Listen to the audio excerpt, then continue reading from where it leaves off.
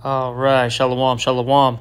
First and foremost, before I get started, as always, I want to give all praises, honor, and glory unto Yahweh Bashim Shai, Waharach Kodash, which Yahweh, that's the name of the Heavenly Father. Yahweh Shai, that's whom the world ignorantly calls Jesus Christ, that's his true name. And the Ruach Kodash, that is the Holy Spirit. And I also want to give double honors to the apostles and the elders of Great Millstone who rule and teach one of the scriptures. And salutations to all the brothers out there who are pushing his word in all truth and in all sincerity. And I want to get into a lesson that's based on this statement that this Venezuelan migrant had made. And the statement that he said was, the American dream doesn't exist anymore. All right. And you see a lot of these migrants, all right, they were sold lies, basically, okay? You know, they were told that, you know, once they get to America, you know, they'll be able to find jobs easily, all right? You know, that they'll be able to take care of themselves and their families. And, you know, they can live a, happily ever after life. And you see, you know, people, especially these foreigners, right? They don't realize that the American dream is just a dream, okay? It's actually, I'll say this, it's really a nightmare. You know, this place isn't designed for you to, get ahead. You're not going to get help like that. All right? Hey, everybody's struggling here. You know, and I'm saying even the regular American citizen, they're struggling. So these people who are foreigners, you think you're going to get help? You think you're going to, succeed? You like I said, you've been sold a lie. And now reality's kicking in, all right?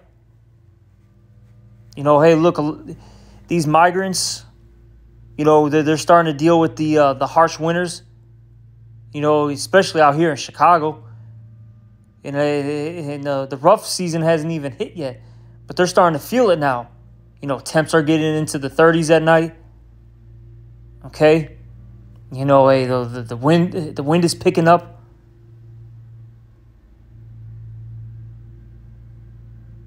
There's they don't have secure shelter. A lot of them are still sleeping in tents outside. These people don't have their work permits.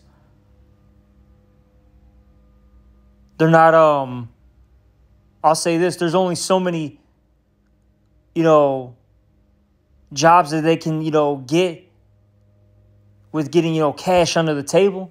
You know what I mean? There's only so many of those jobs. So these people are struggling. Okay? Hey, they're a lot of the money that they received, that aid money is now used up. So these people are really starting to feel it. And you see, as the scriptures say in Micah 2:10, arise ye and depart, for this is not your rest. Because it is polluted, it shall destroy you, even with the sword destruction.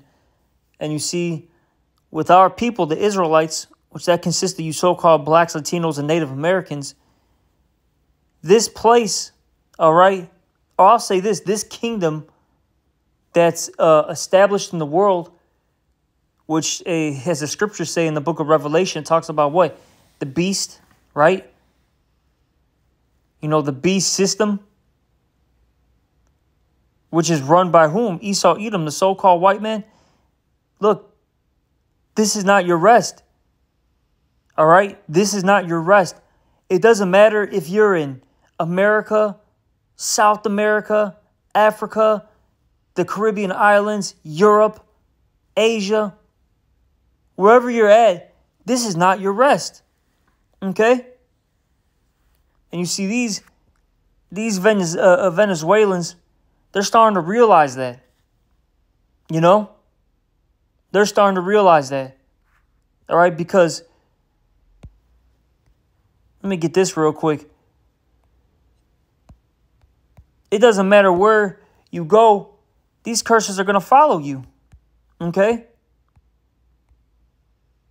You know, this is Deuteronomy chapter 28. I'm going to have to start at 64, but the main points are a little bit further down. This is Deuteronomy 28 and 64. And the Lord Yahweh shall scatter thee among all people, from the one end of the earth even unto the other. So the Lord's telling us that we're going to be all over the world. All right? All over. Okay? And there thou shalt serve other gods, which neither thou nor thy fathers have known, even wood and stone.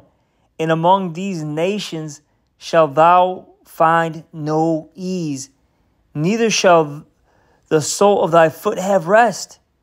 But the Lord shall give thee there a trembling heart, meaning your mind, and failing of eyes, and sorrow of mind. And thy life shall hang in doubt before thee, and thou shalt fear day and night, and shalt have no assurance of thy life. You see? We're not going to have any ease. We're going to be stressed out. We don't know if we're going to be, coming or going. All right? And like I said, these Venezuelans, they're starting to realize that now. All right? You know?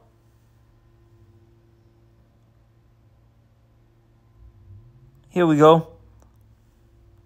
Let me read a little bit of this. This article here says, now Illinois' harsh winters, lack of migrant infrastructure, and ambivalent support from locals have made many people who undertook the harsh U.S.-Mexico border journey actually turn around and go back home. You see, even though they went through the trenches, hey, I'll say this, just getting to America was a life or death situation for these migrants, right? Even though they took that life or death journey, a lot of them said, you know what, we need to go back home. It's too much for us, you know? And I've seen the conditions of those, migrants, all right? It's not good. You'll have, approximately, let's just say 100 people living in a police department. Got about 30 people outside. Not even exaggerating, by the way, about 20 to 30 people outside. You got about, like I said, a good 50, 60, 70 people inside, stacked up. They don't know what to do. They're just, walking around aimlessly, waiting for something to happen, and nothing's happening. You see? You got the regular citizens getting mad. They're not inviting. Out here in Chicago, you actually had in one of the parks where some of these migrants were at, they literally got attacked. I think there was like those teenagers, you know what I'm saying? Probably like 16, 17, 18, 19, 20, whatever. And they ended up brawling some of these migrants.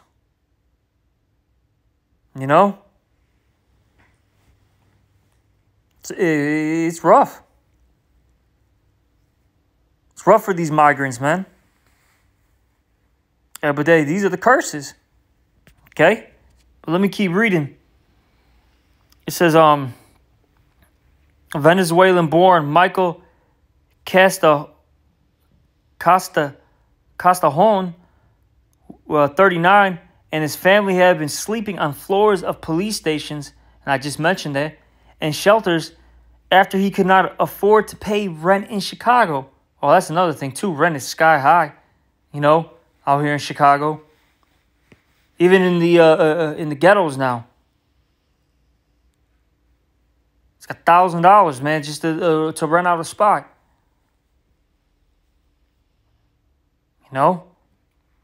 Let's keep reading. It says, because his work permit was taking so long to arrive. And I know that they got to wait like 6 months or something. I forgot. It's something. It's about 6 months before they can even get anything. You know? And then good luck finding a job. I'll tell you that. Good luck finding something after you even get the permit. Because there's no jobs out here. It says the family was renting an apartment through a city voucher program that gives up to $15,000 for up to 6 months of rental assistance. But once it ran out, they had to give up their living space. The dad found a job in construction and he was getting paid in cash, but it wasn't enough to sustain his family since they arrived in June. And you know, they're underpaying them heavily, all right? You know, let's say the guy, you know, the regular guy's getting paid $25, $30 an hour or whatever. He's probably getting paid $15. Busting his butt off, not even making anything. And he can't even, you know, afford a place for him and his family.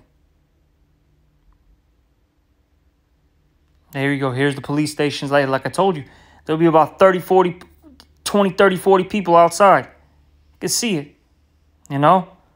Let me just read a little bit more here. It says, after 5 months of rough living with no end in sight, the family decided to pack up their belongings and return to South America, realizing that there's nothing here for us. Castajon said the failed journey to settle in the U.S. had not been worth it, despite the extreme poverty and an authoritarian regime they were living under in Venezuela.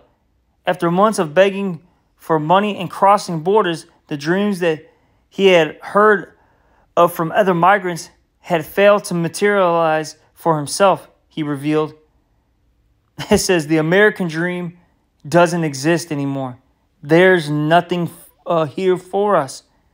We didn't know things would be this hard. I thought the process was faster. He said the job permit situation. He said about the job permit situation in Chicago. You see, you know, these people are realizing that this is not, you know, sweet living over here. It's rough, okay? And like I said, even if, you know, he gets the work permit and all that, you're barely going to find a job, and you're going to be struggling to make ends meet, you know? At least out there in Venezuela, you know, people, one, speak the same language, you know, it's the same culture, you know, two, they have, you know, their family over there, you know, three, if you are homeless, at least it's warm over there, and they have fruit trees everywhere. Unlike here in America, you can't even pick, you know, a couple, you know, pieces of fruit from a tree just to sustain yourself. You know, out here they destroyed anything that produces, you know, any type of, you know, fruit to eat. See? So yeah, man, these Venezuelans are really starting to feel it, and all these other migrants, man. All right. But let me get maybe one or two more scriptures and I'll be done. All right, let's get the book of Hebrews. I think it's like the 13th chapter.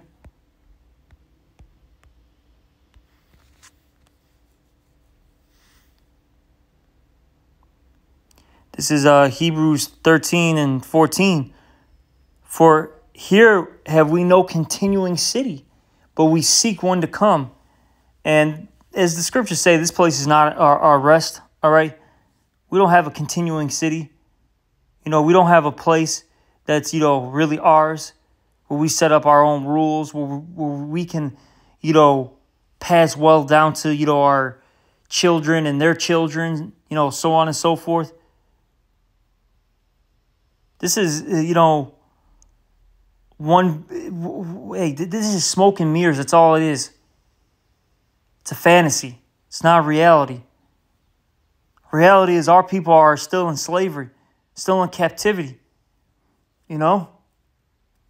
This is why you should be seeking the true kingdom, which is the kingdom of Yahweh Bashem Yahushai, what this place will call the kingdom of heaven. You know? That's what you should be seeking. Not this stuff in this place. All right? There's nothing here. There's nothing here. You know?